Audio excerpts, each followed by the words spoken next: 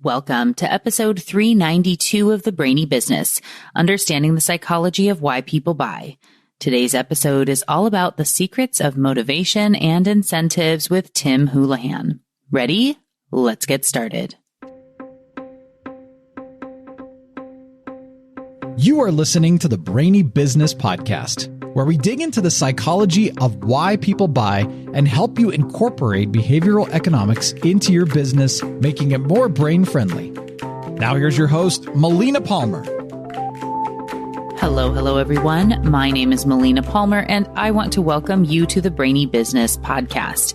Today's episode is digging in on motivation and incentives with the wonderful Tim Houlihan. If you are a fan of behavioral science-themed podcasts, which there's a good chance of if you're here, you may know Tim's name as he is one of the co-hosts of Behavioral Grooves. He and his counterpart, Kurt Nelson, have both been on the show before. And today's refreshed episode from the summer of 2020 was the first time I had one of them on the show. And I've had the honor of being on their show several times now as well, which we'll talk about a bit in the episode. Since recording this, Tim has gone on to become SVP and Enterprise Director of Behavioral Science at Truist Bank. Way to go, Tim. I am so excited to refresh this episode today and showcase some of Tim's many amazing insights. I hope you love it as much as I do. Don't forget that there are links for everything, including past episodes, books, and articles, all waiting for you in the show notes for this episode, which are found within the app you're listening to and at thebrainybusiness.com/392. All right, let's talk about motivation and incentives. Tim Houlihan, welcome to the Brainy Business Podcast.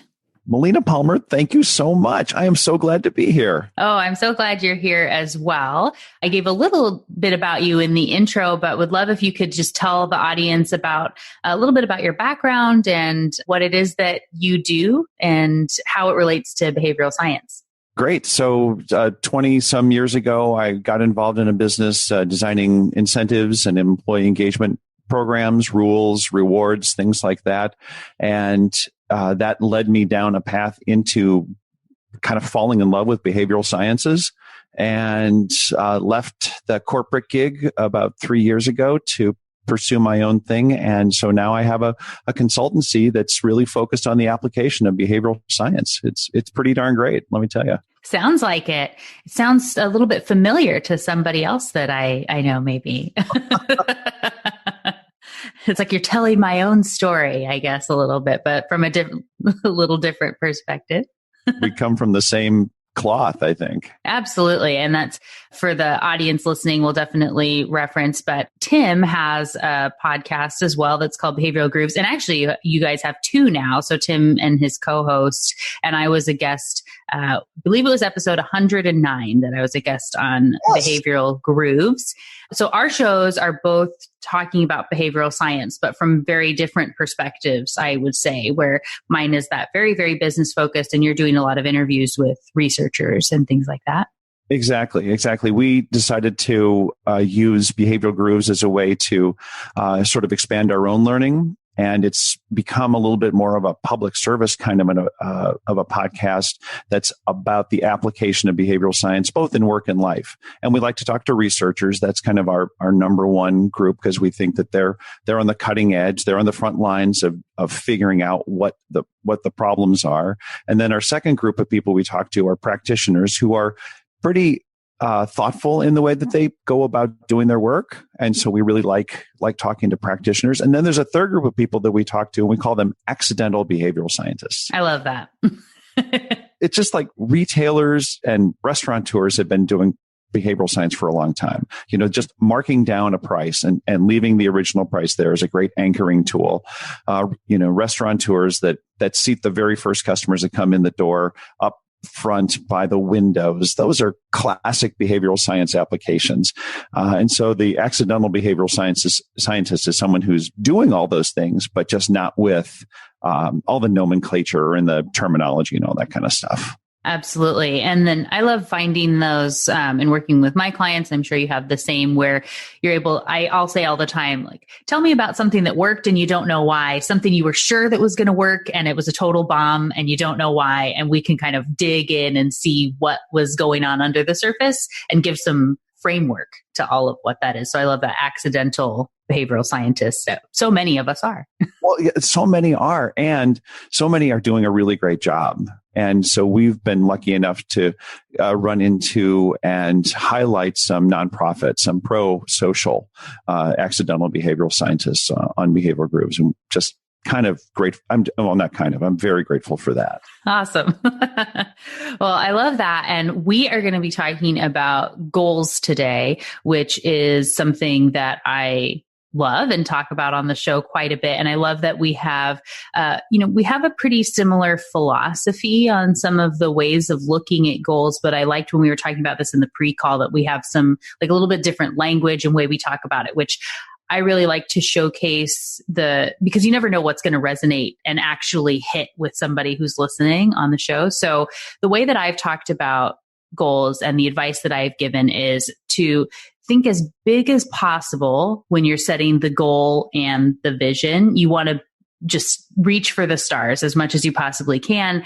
And then when you're looking at actually moving forward and it's time to go take some action on those things, that you want to go as small as possible when you're looking at execution so you can overcome optimism bias and other factors that come in and just be checking, one thing at a time. It's the, tortoise and the hare sort of approach, small steps to get to those big goals eventually. And you just chip away at them one day at a time. So how do you talk about goals and how you break those up and some of the brain science behind them? Well, first, let me just say we are on the same page. Right.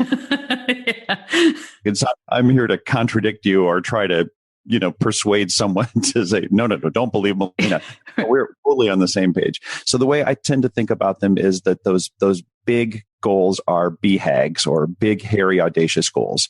And that we need those to light up. The neuroscientists talk about how these BHAGs light up our prefrontal cortex, our frontal polar cortex, the part of our brain that gets our imagination engaged. And so those big goals are really great at engaging us. Like, I want to climb Mount Kilimanjaro, or, I want to achieve something very long term, very, very big. And that can help drive us and shape our decision making as something that kind of sits in the background of our subconscious for a long time. That's really the wonderful thing about those BHAGs. And then, as you talk about, if you don't break those down into smaller, more actionable parts, which I call bricks, that if you don't have the bricks, you can't build the cathedral. Right. You have to be thinking in terms of planning. I mean, that's probably maybe the most important part of any goal development is the articulation of the plan. And without really good planning, then the bricks don't go into place in the right way. And the more discrete, the more specific you can be, I think that really the better off you're going to be at achieving those goals. The more discrete you can make it, the more vivid you can make it. And of course, all that SMART goal stuff, that it all works. And I think that something I would just like to add that self-selected is often not included in a lot of goal discussions. Now you and I talk about this sort of as a shorthand, like, of course, people are self-selecting their goals, but I don't think that should be just covered over. I think that people need to say, this is my goal. I'm going to own it. I'm going to take ownership of this and really make it mine. Because that's an important part of achievement as well. Actually self-selecting. There's good research on participatory goals compared to assigned goals, but self-selected goals are really the richest kind that we can have. Yeah. So talk a little bit more about that. So I would see that as, so I am currently, and I guess my husband and I are training to do a half marathon here in the next few months. It's an interesting situation. And I think this gets into some of the motivation in that we just got the kind of emails so we don't know if it's going to be in person now. And so they're doing where we're now discovering this whole world of virtual runs where you go and do the, in this case, 13.1 at your own day using your own app, and they send you like the medal in advance to assume that you're going to do it, and you get to pick your own course, and it's I ran the XYZ marathon at my house instead of going to do that. And so there's this whole, does it feel as motivating when you're not showing up, getting your brain over the being there on the day, crossing the finish line, they're timing it, and everyone else did the course. But then you say, like, why does that actually matter? Does being there matter in achieving? If I run 13 13.1 miles today, why is it any different if I run it on the day to say that I did a half marathon, and how that all comes into play, which I know isn't exactly self-selecting on goals, but there is some of that with the visualization and the dream and the thing I'm building. It's now having to kind of revisit the cathedral of what's being built and training for, and deciding how that vision gets reshaped so I can modify my bricks to match what the world has allowed for here. I would also think that it's going to influence your visualization, because you talked about being with other people, being at the event, imagining what the weather might be like, how you might dress for it, what it would be like to cross the finish line, what the T-shirt and medal might look like, and what it might feel like to actually be handed that T-shirt or medal as you cross the finish line. Right. All those things are part of the visualization that light up that the neuroscientists tell us that's what really lights up our brain. That's what makes it such a wonderful and effective goal, is that visualization. So when you take all that out, or as in your case, you might have to readjust all of it. It might just be, well, what's it going to be like on the on the treadmill? It's an interesting setup. And actually, now we're able to shift our perspective on the goal, and where we've been talking about, so all the negatives, right? So we're able to kind of have our loss aversion take hold and shift into this other, like taking ownership of the new goal, and say, so we've been having conversations just over the last couple of days of, well, driving to a place to go run is no fun. And then you have to stand around for 2 hours and find parking and get up even earlier. And in this case, where we have like 3 days to do the run, Friday, Saturday, Sunday, or some of them it's 4 days. And so if we happen to wake up on Friday and feel like I'm feeling good, let's go do it, then you just go do it. And if you don't, then you can do it Saturday. And so you can fit it in with your own time frame to, feel good about it. And so and now there are all these virtual runs. There's a bunch of Harry Potter ones and like funny ones. So we're looking to say, well, if we have to do a virtual one, how can we now make these into like lemonade of the world, right? To find the cool ones that we want to do, and then showcase medals that you like and think are fun. Social media is going to help there. I know. Very helpful in getting people to stick to their commitments and to achieve their goals. But man, I think that there are some challenges with opening up and saying, well, you can do it anytime within these 3 days. I think about Dan Ariely's research with college students to say, you got 3 papers to do this semester. You can do them anytime. Right. You can turn them in on the last day. You can turn them in on the 5th day. It doesn't matter. And when he looked at how well people did, both the quality and the consistency of actually achieving was much lower with the group of people that he gave infinite variability to, compared to those who he said, okay, there's these 3 times that you need to turn in paper 1, paper 2, paper 3. Right. Those deadlines work to our advantage in a lot of cases. And it's an interesting, so I would love to get your perspective on, so having the self-guided overarching goal, which I guess is like, I've set my goal in the case of Dan Ariely's research you're talking about there, would be, I've set the goal that I'm going to graduate from college with XYZ degree in, behavioral economics or whatever it happens to be. And one of the things I have to do along the way is to then taking specific classes, passing those classes, doing the paper, then we're getting into the bricks of getting that all done. So choice on the overarching goal is more effective. But when left to our own devices, we will procrastinate and do a really bad job and bike shed our way through the class to where even if they're very arbitrary deadlines, and like you said, the teacher doesn't care when they come in, but if you're not given those dates, people struggle and have a hard time keeping to the steps to reach the ultimate goal. Well, we might call it choice architecture. That the way colleges are set up is that you've got very specific final objectives, but there is some flexibility in the way that you execute on those.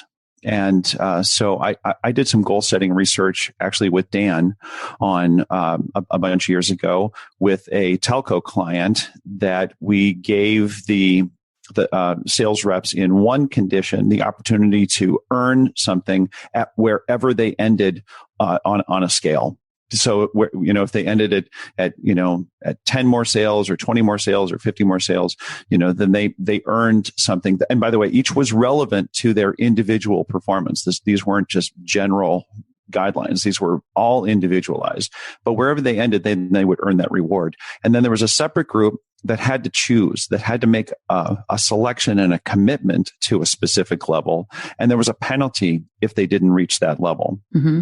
There was a penalty for underachieving, and there was no benefit for overachieving. So they couldn't say, I'm going to choose the lowest level, but if I end up actually achieving at the highest level, I'll still get paid out at that level. No, it would still only get paid out at the lowest level. Mm.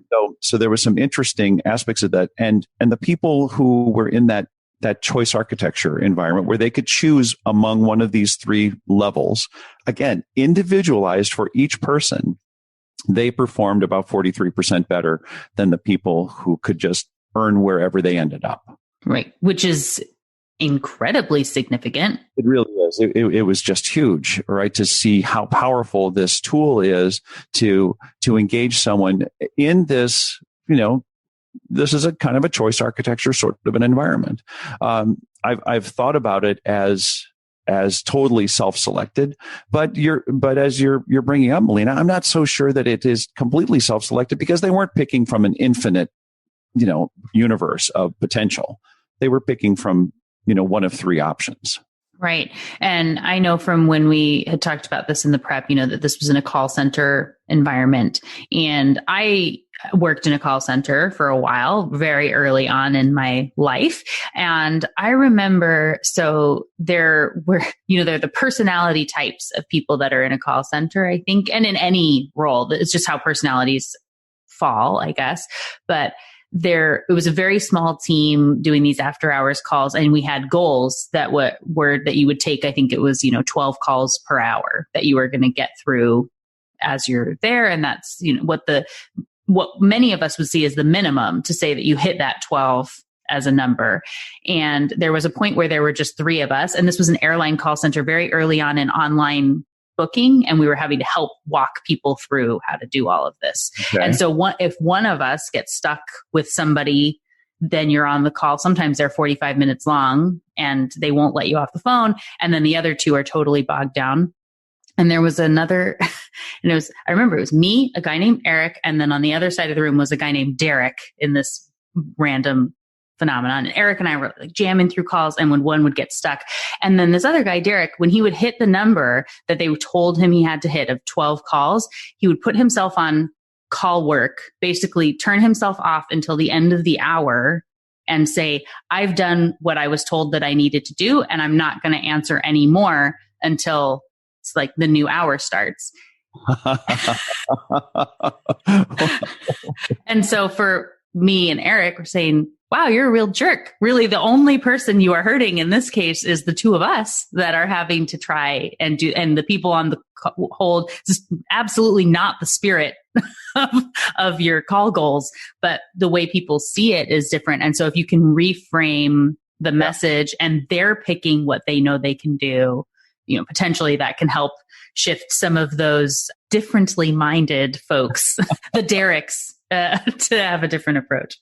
We might even go so far as to say that the environment or the context was shaping his decisions. Exactly. So the way that he was being paid, the rate that he was being paid, the way that the objectives were communicated to him, mm-hmm. all those kinds of things were contributing to a much more calculative mindset. Right. and certainly not appealing to his intrinsic motivation or any kind of social norm about I could be helping out my fellow employees, my coworkers. He's totally missing that. And part of it could have, at least a part of it is the context in which that was happening for him. Right. Absolutely. It makes me think too about just in setting up goals in schools and the way that, and we don't need to get into the whole drama of like testing and assignments and sitting in desks all day and all of that. But, it's not overly built, and very much in the opposite direction of, it's not really set up for a lot of that intrinsic motivation. And potentially the reason that when people then got to dance class and couldn't motivate themselves is because they've been trained this other way for their whole life. Yeah, boy, education is a whole other bailiwick. There have been times when I really thought, all this goal setting stuff should easily apply to student work. And I thought that I actually might give it a try on my own children. Bad idea. Let me just say that, just bad idea. Well, and that's, now that so many of us are having to homeschool our own children, you realize some of the difficulties in that and how we're not the greatest authority figures as teachers as we are in other areas of their of their life and time. But it is a really interesting one. And I would say for anyone who is interested in learning, some other options for that, a book I recommend all the time, A More Beautiful Question by Warren Berger. He specifically talks about using questions instead of answers, and some schools that have come up with alternative models to teaching. And I know some of my clients that are, in a private school space that are doing some of this as well, helping, kids come up with their own goals. And in the learning process, it's a really interesting piece. And I'll link to that in the show notes. Okay, so we have talked about the different types of goals and the way that you're going to motivate yourself versus, when it's self-selected versus not. What else can you share about the way that if someone is picking a goal or sticking to goals? What sort of advice do you give to people if they were looking to set up goals? Is it different for business versus personal type of goals, or do they kind of go hand in hand? That's a good question. I'm not expert on being able to tell the difference between a personal goal and a business goal. I feel like they're kind of the same. It feels like it's the same. Yeah. I can imagine that there might be some research to suggest differently because of the nuances. I don't know. I'm just really not sure about that. Yeah. Well, I make the recommendation. Do you give any limits on goals that people should have as far as not having too many? I think a lot absolutely. of us. Yeah. The fewer better. No more than 3, actually. Yeah. You're speaking my language, Tim. I limit it at 3 as well. Well, and they can change. There was there was a CEO that I worked with a bunch of years ago who had 3 objectives 3 goals every quarter. And every quarter he went back and said, okay, did I achieve these? If I didn't, am I going to re-up on them? And I thought that was pretty good to have these quarterly goals. So I think that time sensitivity is really important, whether it's BHAGs can be very long term, but goals that you're going to set that need to be achievable, I think they need to be not just time specific, but time manageable, because there is a boundary on our ability to get things done. And the longer the time horizon, let's say you set a goal in January to earn X amount of dollars by December. Well, this year in this environment, that's a really hard goal to fulfill. You're going to have to readjust because the world has changed. So the idea that you set year-long goals, I think, are very, very difficult. I'm much more comfortable with month-long goals or quarterly goals. If you've got something really big and you need to do a quarterly that is just going to take a lot of time, great. But the shorter the goals, the more likely you are to achieve them. And we need achievement in our lives. We rely on the dopamine spurt that we get from the achievement in order to propel us to take on the next goal. Right. And to have confidence to do it. Yeah, I would think just in going to whether it's the cathedral analogy, or if we were going to be talking about even just like, say that you bought a fixer-upper of a house, and then you have your ultimate goal of this is going to be my dream home in 10 years. And if you have to do, say, like this year, we're able to work on we have to redo all the framing, or we're going to just work on the kitchen, or, so your big goal is having this dream home, and that's at least 10 years out. And then you have to plan these smaller pieces, which might be then the year goal or the quarterly goal. And then the bricks, quote unquote, are all the little tasks underneath that. But until you kind of break it down and have a full vision, then it's just busy work. Then you're just doing a bunch of things that feel important. I just did an episode on bike shedding, so we definitely... Well, we can do so many things to contribute to our goals if we're thoughtful about the goal and thoughtful about our daily activities and have a plan. Without a plan, it's the old failing to plan is plan to fail. And so those things are really, really true. And it really helps to have a solid plan, to have a short-term perspective on it. And then, of course, having it be measurable. So if you say, I want to work, the big goal is 10 years, fix up the house, short-term this year, fix up the kitchen, then the more detailed plan you can have for the process you're going to take to think through the potential eventualities. And I love the way Annie Duke talks about, thinking in percentages. It's okay to have goals to say, it'd be really great if we could get to 80% in the next month of this particular thing, because we are always overestimating our ability to get things done in a particular period of time. Always. Yes. So give yourself a break. Right. Yeah. If I get to 80% of this in the next 3 weeks, I'd be happy. I consider that an achievement. Absolutely. And that's where I think breaking it into the small bits, the tiny thing, where if you're saying, well, today I've been doing a lot of work recently with my membership group on lead magnets. And so it's a really good time to set up your new opt-in or lead magnet or whatever it happens to be, that you're attracting people to your list, and people now have some time that they didn't before, where we're in, lockdown and whatnot. And when you think about, okay, I know I need to do a lead magnet, and you just have it as lead magnet on your list, you will never do it, because where do I start and how do I do the research? And we were talking about even just researching the scheduling software as things that people look at making this shift. And so as I've been talking through, I have something ridiculous now, like 60 different opt-ins from episodes of the podcast and my ebook and a free course and all these things. And I didn't go into the world thinking I was just going to be opt-in freebieing my whole life. But there are so many, and then having the different system and how it integrates with the website, and then where does this go, and how many emails should I have, and how do I write them, and when do I send them? And you can very quickly start to really spiral out of control and never get the thing done. This is our, bike shedding piece, even with the goal of the lead magnet. If you don't break it down and say, today I'm going to decide if I'm going to use MailChimp or ActiveCampaign or Asana or Constant Contact or whatever it is. And then that's all you have to do today is that one thing.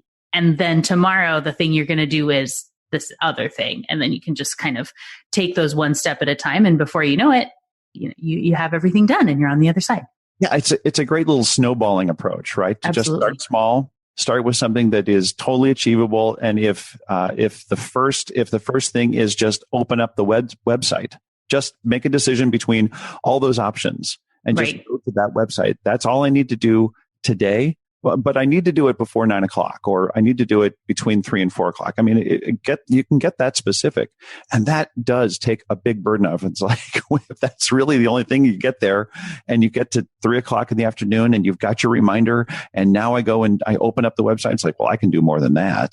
Right. And you're allowed to add more, but you don't have to, right? You can have finished your thing. And then the rest of the day, this is kind of another version of anchoring. And so I have talked about where if you set up your goal, your day, when you have your to-do list with 85 things on it, and you think, oh gosh, I have to get through these 5 things, and you only get 3 of them done, you feel like you failed. You had a bad day. It wasn't great. lame. And then if you look at the other and say, I just have this is the one thing that no matter what, I have to get this one thing done. And you got 2 other things done on your list, you feel amazing, right? And so this relativity and setting the right anchor is then putting you in a vicious cycle or a virtuous cycle, depending on the way you put those together, for sure. That reminds me of sort of a dual aspect of goal setting, because there is research to say that if we set our own goals consistently, it can be easier for us to set lower goals for the sake of achievability. And that participatory goal, to have a buddy, a goal setting buddy, to have a coworker, to have a boss challenge us, can lead to higher goals from time to time. However, among white collar working people, knowledge workers especially, they tend to be harder on themselves. They don't need someone from the outside saying, no, Melina, you need to get those 3 things done today. And you're like, I'm not going to be able to get those 3 things done today. I can get one of those 3 things done today, because they're monsters. There are boundaries, and we tend to actually be pretty good about assessing our own boundaries. That doesn't apply to everybody. That's not a big universal thing, but I think that there are segments of the population who are thoughtful, who have experience in goal setting, both the success and the failure, and tend to be better at both establishing and achieving goals than my 6-year-old child. Yes. I got a couple of those littles around that it's a little bit different. Yeah.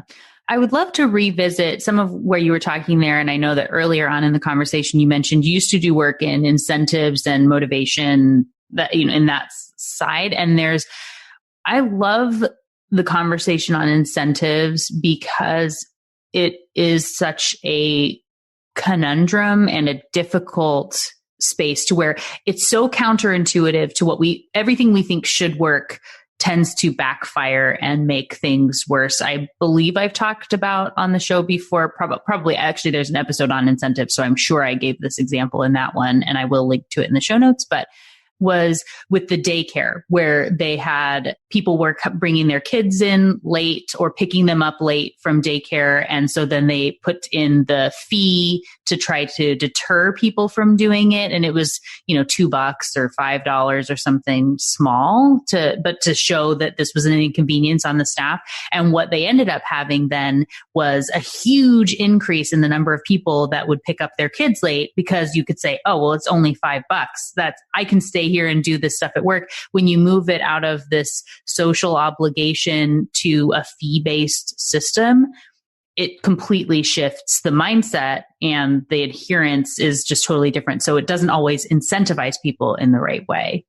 Yeah, I'm a big fan in the corporate world of using non-monetary incentives. It's too easy for us to be very calculative, right? Just like you said, you could quickly do the calculation. Oh, the fee for running late for 5 minutes is only $10. For running, if I'm 15 minutes late, it only costs me $5. That's cheaper than what the daycare hourly rate is. I'm just going to go ahead and be late, because I'm happy to pay that out of my pocket. Whereas in the corporate world, if you say, then here's an incentive for you as a salesperson to sell more. And that's if that's a monetary fee, we quickly do the calculation and say, well, what's it worth to me? Is that a good deal? Is it worth my time and effort? What's my probability of success? Which makes me want to go back to just review really quickly that an incentive is both the rule and the reward. That sometimes people think of incentives just as the reward or just as the rule, but it is actually both. Jana Gallus has some great stuff at the University of Southern California in San Diego. She's done some work with Bruno Frey on the effectiveness of reward and rule ratios. That's really, really good. And so if we think about how we're going to get a salesperson, how a manager wants to get her underlings on her team excited about selling more, then the best way to do that is to engage their emotions. And that happens best with a non-monetary incentive, or something that isn't cash-based. And I've seen a lot of success in working with those. Again, I did a project with Dan where we looked at what would happen if we gave call center employees cash amounts to sell more throughout the month. And the values were like $60, $120, and $250. And we gave another group of call center employees with the same objectives, same amount of effort, but gave them things like binoculars and toasters and slow cookers and pizza parties. I know are a thing that go over very well as well. Pizza parties are it's bizarre, but everybody loves a pizza party. and so they had these different kinds of rewards. And when asked, the call center employee said, I want more cash. I only make about $35,000 a year. I want more cash. I will work really hard for more cash. And yet the group that was rewarded with slow cookers and binoculars and and bicycles, things that you think, well, come on, really? Well, guess what? They actually worked about 30% more and delivered more effort and more results than the group that was paid cash. Right. And I know it's something to do where, the thing when you get cash and whatnot is so many people, I think, end up then you dream that you might use it to save for that big vacation or buy something for yourself, but then you get the money and you feel like, well, I better put gas in the car or, do these little tidbits, which are responsible and good and people should do those things. But when I've seen these where I knew people that, some of the rewards and gifts and things that they get are, it's like a designer handbag or pairs of shoes that they wouldn't have bought for themselves because it feels like it's too much of an extravagance. And when you get it, it just feels so much bigger. And I know I've talked about this on the show. It's probably on the episode on reciprocity, but giving that gift feels so much bigger and better. And you're just more thankful for it than the monetary value of what it would have cost to buy the thing, which is silly, but our brains are silly, as we know.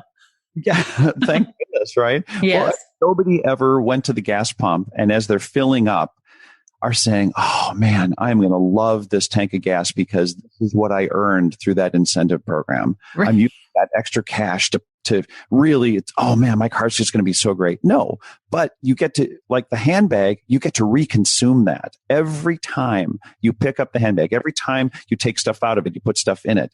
That is a reconsumption action that allows you to zip you right back to, I earned this.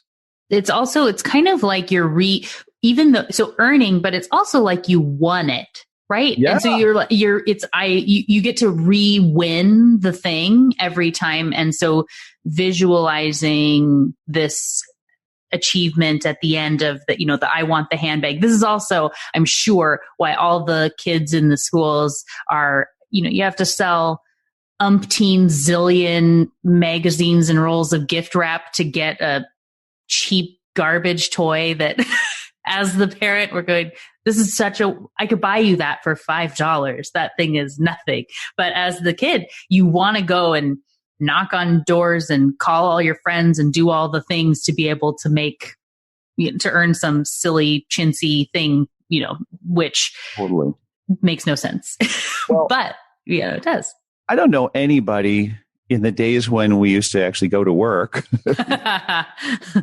I don't know anybody who would have photographs of their last paycheck or their last bonus check on their desk. They have pictures of their family or especially friends and family in specific environments, not just a photograph of the family. Typically, it's the photograph of the family on a trip, at Glacier National Park or Yellowstone or some magnificent thing that they want to remember. And we reconsume that. Our brains take us back. The neuroscience behind this is so strong that we go right back to that place in that event. And if that was a trip that we won, if that was an event that the company gave to us, that just reinforces my connection to the company at the moment that I am looking at that picture. And by the way, so much of this is subconscious. We are not even aware of it, but that's what's happening. It's reinstating those neurons and synapses in our brains and reconnecting to, there's me and my spouse. There we are in Yellowstone. That was a trip that I won. I won that because I worked really hard. I worked at this company. I'm doing my job. I've got extra gas in the tank to make this happen. I'm going to work harder today. They appreciate me. They did this thing for me. It helps with that kind of ongoing loyalty and putting something together. And so that, I think, is a lesson for anybody too, where if you do have employees and you're giving things like that away, is it the camera, or if it is the trip, and then do you give them the frame or a coupon or, whatever it is, a gift certificate so they can get their photos printed? Because whoever these days actually goes and gets photos printed, or putting them into the screensaver or something to where you can be retriggering that memory over and over again, even where they don't necessarily notice or, remember, to be reinstating that value that you provided to them and helping that to last for a longer period of time and increase motivation and incentivizing them on this longer path, really drawing that effort out is with a very small amount of expense and added. But it just makes them so much happier, to work with you. It's a very much a win-win situation. Yeah. This is just one other story that just popped into my head. I remember interviewing a senior sales leader in Detroit a bunch of years ago, sitting in his office. And I was wearing a Swiss watch that I had gotten recently that was very nice. And he noticed it and he asked me about it. He said, would you take it off? He said, I want to look at that. And so I do. And he said, this just reminds me, I would love to have a Panerai watch, which is an Italian. It's a Swiss watch made for the Italian army. It's the official watch of the Italian army. Kind of an esoteric, watch, but they cost about $7,000 or $8,000. And he was a very successful guy. And I just looked at him. I said, "You want one of these? Well, why don't you just buy one?" He said, "It won't mean nearly as much as if I can win it in a contest." I thought, wow, he totally got it. He totally got it. I am waiting to win this thing someday. Yeah, someday. And so he was hoping to, that the VP of sales would actually say, we're going to make this one of the prizes, because that would totally engage him. And this is kind of the tricky thing, right? Engagement and what we desire is highly individualized. Right. So, but that's if you get to know the team and what they care about. And if you're setting up incentives and you do have just because you're allotted a cash amount that can be done for incentives. I know I used to take my team, I used my money we would walk to the Starbucks, which was, 5 minutes away, and take them to get a coffee or, whatever it was that they wanted, just randomly factoring in that surprise and delight, and say, we've been working really hard. Like, let's all go to Starbucks. Like, it's on me. I got it. We'll go ahead and do this. And that was something they really valued because they would go to Starbucks every single day anyway. And so, able to pop in there. They didn't pay for it. Right. And so just randomly, like, no, we, get whatever you want. I got this, that it made it feel like a really great thing to spread out. Whereas if I would have just given somebody $4 or, whatever for the drink they're getting, it's kind of, yeah, thanks. Thanks for this. It would have been a great insult to them to give them $4. Exactly. Yeah. You've been working so hard. Here's $2 in quarters for you. Yeah, but if you work really hard next week, I'll give you another $2 and then go to Starbucks. Right. It'll be amazing. I love it. So many great lessons in just how to think about goals and motivation and incentives and the way we're motivating others versus ourselves. I love it. It is complex, but it all makes sense when you really sit and think about it. So I appreciate you talking through it with me, and so that the audience can kind of understand all the ways that we think about this and all the research and things that we've done and how we motivate ourselves. Do you have any really big goals you're working on right now? Oh. I know I talked about my half marathon, so I wasn't sure if maybe you had something that was out there in the world. And if it's not right on there, you don't have to. Make it through the day. I'm a songwriter, and so I have a musical kind of career on the side. And the band hasn't had any gigs since the shutdown. We haven't been able to rehearse. We haven't been able to get together and write songs. And we said, forget that. We're going to keep pushing forward. And so we are back in songwriting mode and recording mode in our individual houses. Ooh, awesome. Have you done any of the videos like we've been seeing where, it was everybody in the band? I remember, my kids, they like the Backstreet Boys, which is weird because it's such an old throwback, but So where they did the thing where it was like all 5 of them in different locations, and then you're able to see, and for all the different bands performing in their different spots and doing the videos. Have you put any of those together? That's coming. Ooh. Yes. But of course the big magic behind all those is that the recordings are already done. Those are never the live. Sure. Never live. Right. Yes. Technology to make that happen these days. So yeah. Well, from when I was on Behavioral Grooves, and the grooves of Behavioral Grooves is because they always talk about music and things like that, which when we were talking about this show, I was like, this is amazing. Bring all my favorite things together. Why don't you into this amazing space? So, and your amazing Spotify playlist. Yes. Which I shared the link to my John Mayer. Oh, it's a Pandora one. Yeah. Where people are able to listen on that.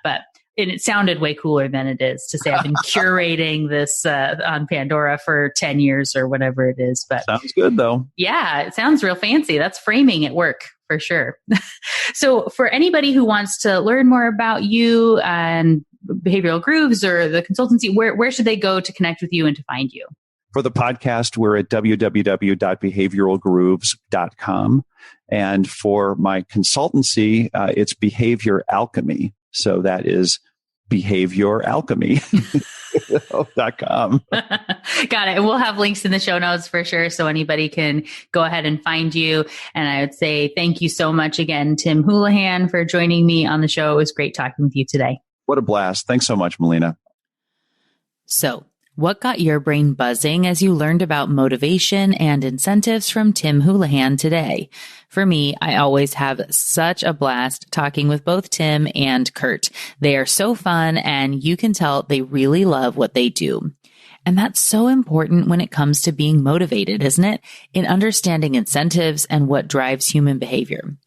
I find the whole space of incentives to be fascinating because it's often so counterintuitive, both what we think people will want, what's objectively a better value, and often what people say they will want or what they won't care about, and how that can so often differ from reality. The other really important thing about incentives is that you often can't unring that bell. If you roll out a bad incentive, it's so hard to get it out of people's minds, and you may commit yourself to overpaying for things that actually demotivate people while costing you more money. It's not good. I've linked to several other episodes in the show notes that are related to incentives and motivation if you want to dig in and learn more on this topic. You'll find one of the times Kurt was on the show, my conversation with Uignizi about his fantastic book, Mixed Signals, which has lots of insights on when and why incentives go wrong and what to do better. And there's also the episode on the Cobra effect, which talks about how people will always find the loophole. So you need to be looking for one, as it's often hard to see when you set up the incentive. If you haven't yet listened to that one on the Cobra effect, I definitely recommend jumping into that one next. It's such a really interesting concept, and I know you're going to love it all. And to make it easy, there are links in the show notes for each of those, along with my top recommended books, a time-stamped summary of the episode, ways to connect with Tim in his new role, and more. It's all waiting for you in the app you're listening to and at thebrainybusiness.com/392. And just like that, episode 392 on motivation and incentives with Tim Houlihan is done. Join me Friday for a brand new episode with Karen Hurt to discuss her book, Powerful Phrases for Dealing with Workplace Conflict. It's going to be a lot of fun. You don't want to miss it. Until then, thanks again for listening and learning with me. And remember to be thoughtful. Thank you for listening to the Brainy Business Podcast. Melina offers virtual strategy sessions, workshops, and other services to help businesses be more brain-friendly. For more free resources, visit thebrainybusiness.com.